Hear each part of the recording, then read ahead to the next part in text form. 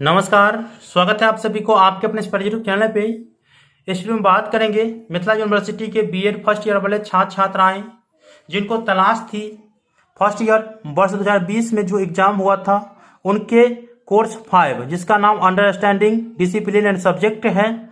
तो उनके जो भी क्वेश्चन बीच में पूछे गए थे वो क्वेश्चन की तो मैं आप लोगों को इस वीडियो में वर्ष 2020 में जो भी क्वेश्चन पूछे गए थे C5 से वो बताने वाला हूँ। इससे पहले मैंने सभी प्रकार के जो कोर्स है उसका वीडियो अपलोड कर चुके हैं, लिंक डिस्क्रिप्शन बॉक्स में है, जल्दी से आप लोग चेक कर लीजिए जिस भी पेपर का आपको क्वेश्चन चाहिए, ठीक है, और जिस भी साल का चाहिए।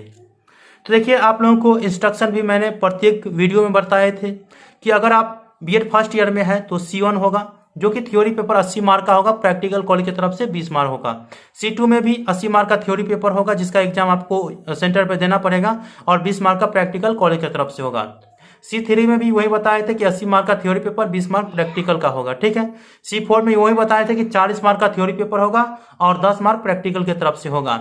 इस प्रकार से C5 जो अंडरस्टैंड डिसिप्लिन सब्जेक्ट है इसका भी 40 मार्क का थ्योरी पेपर होगा जो कि सेंटर पर देना पड़ेगा और 10 मार्क का कॉलेज की तरफ से प्रैक्टिकल होगा। C6 में भी वही है कि 40 मार्क जो है आप लोगों को थ्योरी पेपर होगा सेंटर पे और आपको 10 मार्क का एग्जाम आपके कॉलेज में जो प्रैक्टिकल है वो दिया जाएगा, ठीक है। तो फिलहाल हम C5 के बारे में बात कर रहे हैं। C5 फुल मार्क 40, पास मार्क 18 और जितने भी यूनिट दिए रहेंगे प्रत्येक यूनिट में से एक एक क्वेश्चन बनाना अनिवार्य है और कुल 5 प्रश्नों को उत्तर देना है, ठीक है।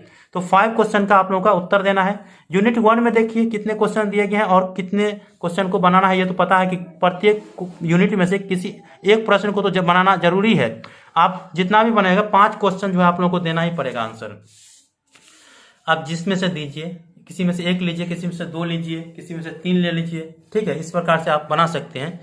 तो देखिए यूनिट 1 में जो पहला क्वेश्चन है, ज्ञान वह है जो प्रमाण के आधार पर प्राप्त हो, चर्चा कीजिए, ठीक है। इसके बाद है संकाय को परिभाषित कीजिए, संकाय की विशेषताओं की व्याख्या करें। हाँ दोस्तों, डिसिप्लिन को जो है डिफाइन करना है और एक्सप्लेन करना है उनके कैरेक्टरिस्टिक्स को, ठीक है। इसके बाद तीसरा क्वेश्चन है, राष्ट्रीय परिप्रेक्ष्य में किसी ऐसे संकाय के लक्ष्यों का आलोचनात्मक विश्लेषण कीजिए जिसका अध्ययन आपने किया है, ठीक। चौथा क्वेश्चन है, अपनी पसंद के किसी विषय की प्रकृति एवं क्षेत्र की चर्चा कीजिए। इसके बाद यूनिट 2 में 5वां क्वेश्चन दिया गया है, आप लोगों को यहाँ पे दिखा देता हूँ हिंदी में पढ़ करके, ठीक है, विद्वान हूँ ना इसीलिए। मान लीजिए कि आप एक शिक्षक है, आपको छात्रों को विषय में प्रवीणता प्राप्त करने के लिए सिखाना है। आपके द्वारा प्रयुक्त रणनीतियों की व्याख्या कीजिए। छठा क्वेश्चन है, अपनी पसंद के किसी विषय में से कोई एक प्रकरण लीजिए अर्थात टॉपिक लीजिए। उस प्रकरण को गतिविधि के माध्यम से आप किस प्रकार पढ़ाएंगे, व्याख्या कीजिए। जब दोस्तों लेसन प्लान कर रहा है कि आप अपने हिसाब से कोई एक लेसन प्लान चुनिए, कोई एक टॉपिक लीजिए, उस टॉपिक को विद्यार्थियों के बीच कैसे पढ़ाएंगे इसकी व्याख्या यहाँ पे करने के लिए पूछ रहा है, ठीक। इसके बाद यहाँ पे है 7वां क्वेश्चन कि संप्रेषण, जो दोस्तों कम्युनिकेशन होता है जिसका अर्थ, तो संप्रेषण को परिभाषित कीजिए, प्रभावी संप्रेषण की विशेषताओं की चर्चा कीजिए, ठीक है। इसके बाद यूनिट 3 आती है जिसमें 8वां क्वेश्चन है, शोध से आप क्या समझते हैं। यह दोस्तों रिसर्च से आप क्या समझते हैं, शोध के सोपानों की व्याख्या कीजिए। जो इसका स्टेप्स होता है तो उसकी व्याख्या करने के लिए बोल रहा है। यहाँ पे आप लोगों को दिख रहा होगा कि what is meant by research, explain the steps of research, ठीक है।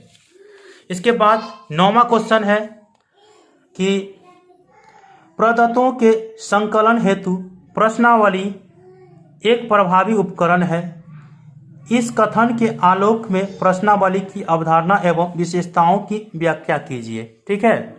इसके बाद 10वां क्वेश्चन है जिसमें बताया जा रहा है, right short notes on any 2 of the following. निम्नलिखित में से किन्हीं 2 प्रश्नों को जो है संक्षिप्त में टिप्पणी देना है।